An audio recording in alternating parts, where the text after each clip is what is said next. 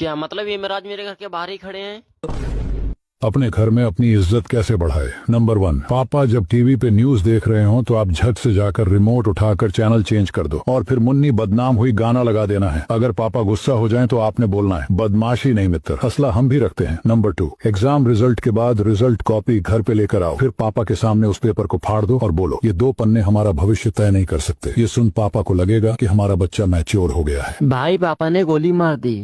खत्म, bye bye, tata, good bye. Motivation hospital जाने की ट्रिक।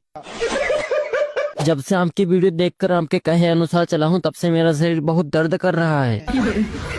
भाई मेरी बॉडी चिता पर कैसे आ गई? रहने दे भाई, 2 बार हॉस्पिटल जाकर आई हूँ। लाइफ हैक्स, यमराज से मिलने का तरीका, इज्जत बनाने का तरीका, मौत का नंगा नाच। कलयुग, कालों का युग।